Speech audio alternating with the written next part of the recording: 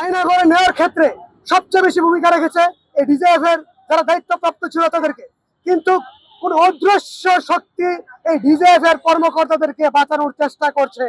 শুধুমাত্র পুলিশের ওপর দোষ দিয়ে সেনাবাহিনী কিংবা বিজিবিরও কিন্তু আমরা বিগত দিনে দেখেছি এই গণ অভ্যুত্থানে কিভাবে নরকীয়ভাবে তারা গুলি চালিয়েছে সাধারণ মানুষের উপর।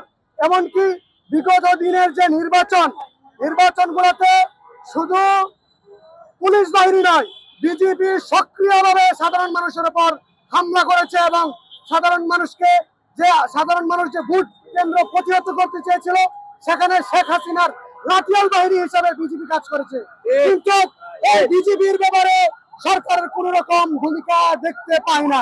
কিন্তু অবশেষে হলেও ডিজিএফ এর কর্মকর্তাদের ব্যাপারে সরকার একটি পদক্ষেপ নিতে যাচ্ছে। তো আমরা এখানে বিশেষ করে বিগত দিনে 18 সাল থেকে যে কোনো অন্যায় অবিচার হয়েছে বাংলাদেশ ছাত্র অধিকার পরিষদ এখান থেকে প্রতিবাদ করেছে।